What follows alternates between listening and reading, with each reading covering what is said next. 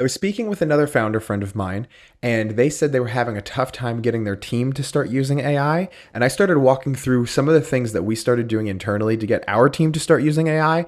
He thought it was so useful. I might do a whole presentation on it in New York City in about a month. And I thought I would make a quick video in case it's useful for other people. And so, full credit to my wife, she came up with the acronym that we created an ACE strategy that I'm kind of appending to ACEs as well too. That is a 3-step workflow to get people on your team who are a little afraid of using AI to start using it. And so on my team, we use both Codex and Claude Code. We started off using Cursor because that was actually a little bit easier for people to get started with. But I think if you're trying to use Cursor, Claude Code, Codex, it's all basically the same. And so the ACEs methodology that I'm just making up as of yesterday stands for access, context, experiment, and then in parentheses security. And I put the S in parentheses there because I am not a software engineer. I am not a cybersecurity specialist, and you should talk to a real one if you want to talk about security, but I can talk about how we try to handle it as well too. And so the first thing that I think is a blocker for people getting started as an employee using AI is just access, which makes a lot of sense. I even remember I started working for a company, I would say my first tech-ish, tech-forward company that I started working with. And I would get into the weeds and I'd say, hey, I need this password. Oh, now I need this password. I need this password. And they weren't using Bitwarden or 1Password or LastPass or anything. And it was really annoying to get access. And I think my team was feeling the same way because I was keeping all of the API keys kind of hoarded, and then I would give them out each as they all needed one, and it just wasn't really working. And so what we did is we went into every platform that would allow us to create an API, as many API keys as we wanted, and we just immediately created API keys for every person on the team, so that we could turn them off and turn them on whenever we needed. And then we stored those in 1Password in individual vaults for all of them. So if you're listening to this and you're saying, well, I want to get started with AI and I want to start using AI, the tip that I give everybody is that you should just go to your search history and then just scrape it, copy and paste it, ask Codex to just open up the browser and look at your search history. And then deduplicate and score what are the websites that you visit the most often when you're working. And so then you're going to get ClickUp, we would get SmartLead, we get Clay, we get Prospio, we get all of these tools, right? And then that is now your checklist of what should you be grabbing API keys for so you can solve access for yourself. I think every person who's sitting down and they're getting started with AI, the first thing that you should do is create a folder with all of the API keys that you need, because that's going to be the biggest blocker, and you should just spend 15 minutes getting that set up. If you're on a team, you should be creating API keys on platforms that allow you to have unlimited API keys. You create like a API key per employee, scoped to what you want them to be able to have.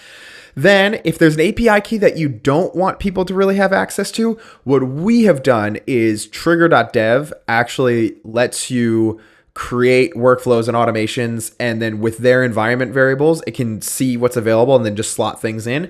So then whenever we have something that we don't really want everybody to have access to, but they need the API key, we put it on Trigger.dev and they just know, okay, hey, for this, we're going to have to use Trigger.dev, and we're not ever going to be able to run the code locally. It'll run it in a staging environment in Trigger.dev and all that other stuff.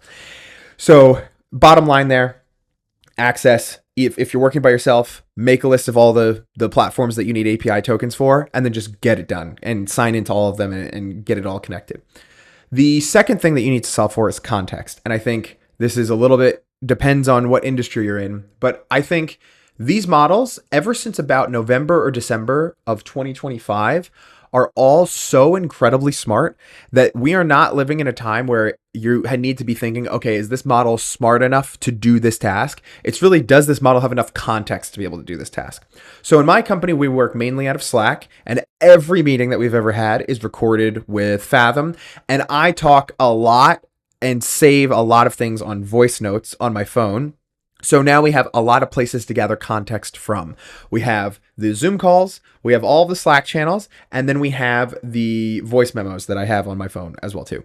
What I would then do is just make sure that Codex, Claude, Cursor has access to my Fathom API and say, hey, I want you to make a database of every call that we've ever had and pull out whatever rules and context that you need about my business, just go crazy. Even if you're about to spend a ton of usage on this, this is so worth it. And just make a list of anywhere that you interact with customers, that you put content. My YouTube channel becomes one of those things as well too, and condense all this context. Now, I found that even just creating a file locally to just pass out to people works really well. But I'm a little fancy, so if you want to get a little fancy, I started doing this in Obsidian as well too, which is basically just a platform that you can put a lot of markdown files and it organizes it and all those things.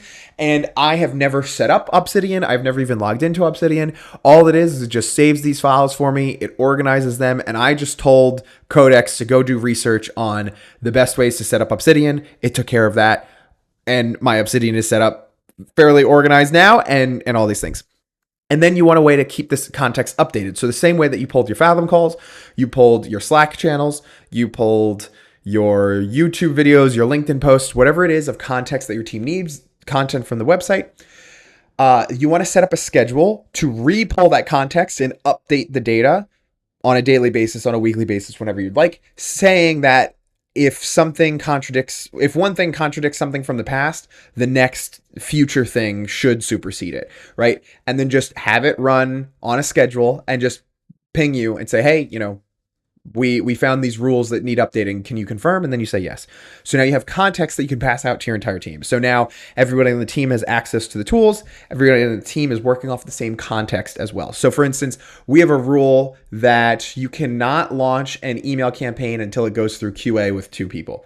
Now that is context sent across everybody. So anytime somebody wants to set up a workflow and it includes launch campaigns, everybody's AI knows, okay, hey, it's got to go through QA of 2 people, right? Or that every email that gets uploaded to our SmartLead account must be validated by some third party. Do not trust that Prospero said it's valid. Don't trust that. Like Million Verifier had to say that it was validated, right? So anytime anybody builds something and they say, hey, we need to, add these emails to SmartLead, there's always a gate built in there, right?